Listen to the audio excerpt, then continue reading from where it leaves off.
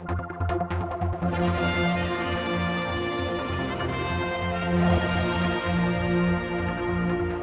our Friday briefing this week, it's Minister Skelly who's talking about this £50 million that you're going to try and get Tynwald obviously to approve for the enterprise development scheme. I mean, £50 million doesn't sound a lot overall, I guess, in the big workings of things, but that obviously can kickstart business, employ people. I mean, is this what it's all about? Indeed, the word you just used there about kickstarting businesses, and that's exactly what this scheme is all about. £50 million to be invested in the local economy. When you say it doesn't sound like a lot, it certainly does, I think, to the man in the street. But when you consider the fact that we have 1.5 billion already invested in our reserves, it's not too much in that area. So what we're asking here is Tynwald to approve the scheme. Chief Minister announced that the introduction of the scheme in the July Tynwald, and then throughout the summer we've conducted a lot of work to get to this particular point to actually ask for Tynwald members to approve it.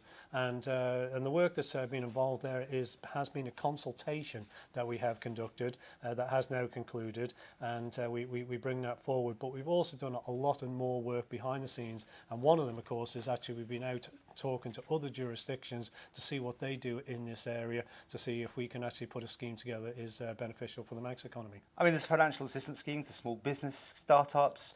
All these different schemes are out there. This one isn't going to sort of crossover or completely new territory? It is. It's in addition to the current schemes, and that was one of the points I think several people made, and that is, hey, you've already got these schemes in place. You know, why do you need another one? Well, why we need another one is because we need to accelerate that economic growth.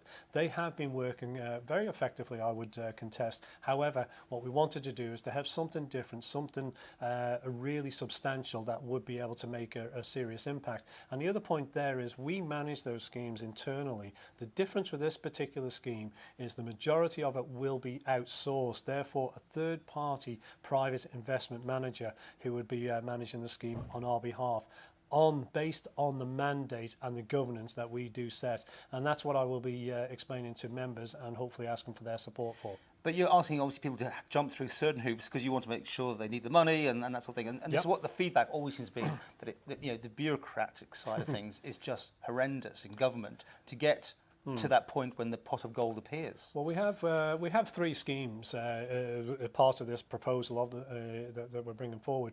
We have what is already the small business scheme that we'll create. Will actually morph into the fledgling business scheme. We're going to enhance that by having a higher limit on that, up to £5,000. Those are for startups, straight organic startup businesses. Then we also have the accelerator program, where you've already got an existing business, got a great idea, great product, you want to really take it forward. Then that's the next stage. And then also the relocator business, where you've got the possibility of relocating a business to the Isle of Man, creating jobs and obviously economic growth. Those last two, the accelerator and relocator, are really for the substantial part of the fund, and that's what will be outsourced to a third-party investment manager. People watching this, though, the ones that are saying, oh, okay, I want to relocate, or I want this money, can you give me a timescale? What would you imagine to be a comfortable and expected timescale between looking to move here or to get some help, some of this money, and actually getting it? You know, how fast would that process be? Yeah, it's a fair point, really. Obviously, in a couple of weeks, I go to Tynwald, ask for their approval. We then actually go through the selection process, then the procurement for the investment manager, which we expect will be towards the end of the year, that will kick off the new calendar year ready and open for business. That's our aim, that's our time schedule. It's been very tight, to be quite honest with you, to get to that particular point, but I think we've got all elements in place ready for that delivery. And you ask, are people already interested? I guess they are. I will tell you, this has generated significant interest across not just the Isle of Man, but actually across the UK and further afield, that the Isle of Man is open for business. The Isle of Man is interested in enterprise, is interested in growing their economy, and that's what has generated good interest. Someone applies in January, let's make it simple here. When would they actually be on board and getting that money, that assistance, whatever they need? Well, what sort of timescale? You've also got to ask the question, you probably go knocking on the bank manager's job. I want to open up a new media business. How long does that take? It really comes down to you. What would you like to see? Is it fast tracking? Is it a year process? What we do know is if we put it in the private investment manager's hand, somebody who's not only very qualified but skilled in this particular area, how do you identify a good business over a bad business? You know, the old-fashioned bank managers, you know, and I accept there's due diligence. Obviously, this has got to be done. So always. Again, you know, it's just really, I'm just trying to get my head, and maybe people watch this, what is expected from you to get people up and running? Well, the first question you would ask is, do you want a loan or equity? That would be the first question. And then the second question probably would be, what funds already do you have in place? Bear in mind, we're not going to throw money 100% behind a scheme. We are actually going to be the minor stakeholder. So 20-25% interest is what we're looking at. So therefore, they would already have had to have secured some form of funding in place. So when we talk about spending this 50 million, we're actually talking about spending up to 250 million in the local economy. But of course, this is based over 5 years. It will take some time to actually really follow through. And what we have to do is bear in mind also, this is one element of an ecosystem that we're trying to create for the economy. I'm still looking for what you would imagine to be a good time scale. What I think, allowing that due diligence is easy. Everything's in place. What would you like?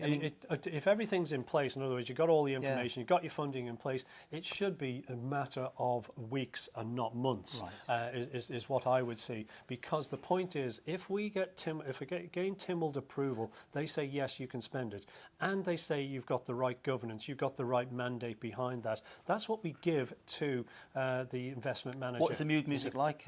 You've obviously had presentations and chats with various people. Yeah, I have to say overall it's been very good. You know, if I look at what I'm trying to say, well, what are the obstacles or what are the issues that people actually have? They want to be open, transparent. Yes, of course we absolutely do that. We already do that, though, I will say, with regards to the financial assistance scheme. We publish, you know, who actually gets funds and how it's sort of distributed already. So we will follow those same And that's interesting. You said you are going to name names. I mean, anyone that gets this money won't be able to hide it. There won't be none of this sort of, oh, we've got contractual arrangement problems that we can't disclose things.